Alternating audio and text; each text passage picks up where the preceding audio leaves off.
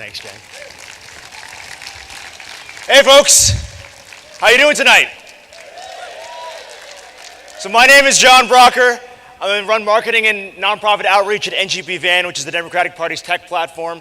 I'm also the proud founder of a blog called malefeminist.com.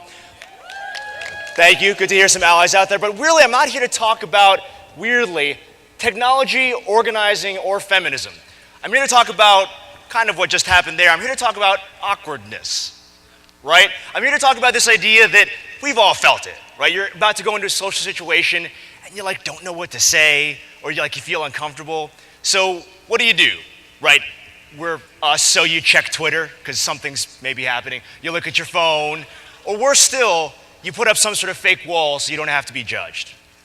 Right? We do something to avoid that judgment. We choose disconnection over connection.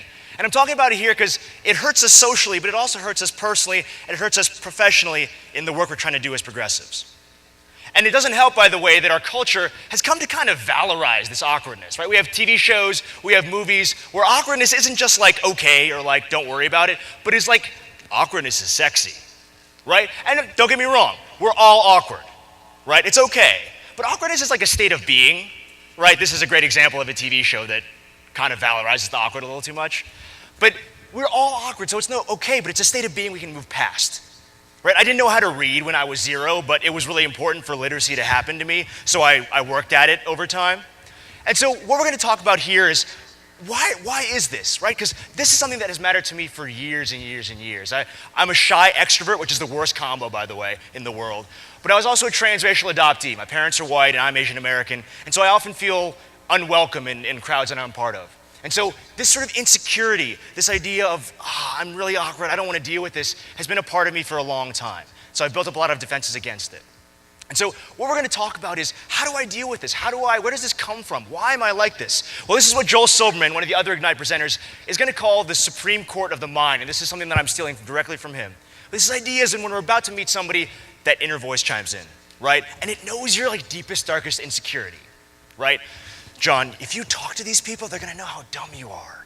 And once they know how dumb you are, that's really bad. So it's better if you just stay in the corner and maybe update your blog, right? Because then it's okay, right? So that's what I do, right? It knows whatever that particular thing is, and it hits you with it. And whatever that's a childhood thing, whether it's a family thing, it's going to hit you with it at the worst possible time. So what do? How do we deal with this? Well, quick point here.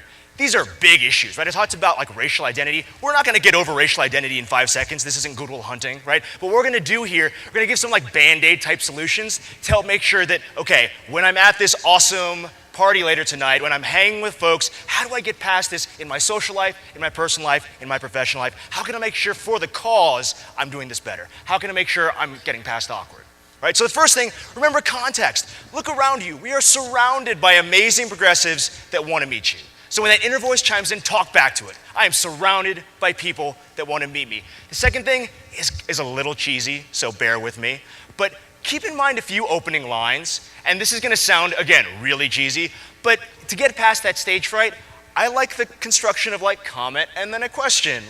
Man, I have never been to a minor league baseball stadium and done batting practice before. Have you? Right? So give them something to work off of. This is theater improv, folks. So give them something to work off of. Have a few opening lines. That's number 2. The third thing, this is very crucial, especially for those of you from Washington, D.C., no shade. We're just sharing positive energy. All that we're doing is sharing positive energy. So it really doesn't matter that you're oh, cool, you have a great title, or oh, wow, you work at this gig. We're not here to impress other people. Nobody cares, right? We're just sharing positive energy, right? Now, the fourth thing, really, really crucial, but probably arguably the hardest one of these, is that no matter what, you keep all these things in mind. You say, okay, John, I'm ready to do this. I'm ready to meet people. Fourth thing is, no matter what, know that always, always, always, you're going to survive.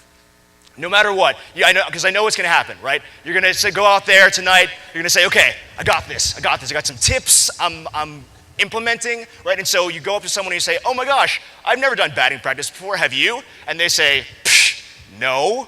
And then they walk away from you, and they go to other friends, and they point, and they laugh, and they say, why did that person even talk to me? That's absurd, right? And you say, and then you throw up your hands, and you say, John, you were the worst. Now, I hate myself. Everybody hates me. We're fine, right? We're fine. That person didn't have any positive energy to share is kind of mean, but we're fine, Right? So as long as you remember, you're surrounded by people that want to meet you, 1. 2, all you have to do is remember a few opening lines to help break that initial stage fright. Remember that you're just sharing positive energy, and remember that no matter what, you will survive. We're all going to be fine. With a little bit of work, we can all get past awkward. It's just that easy. Thank you.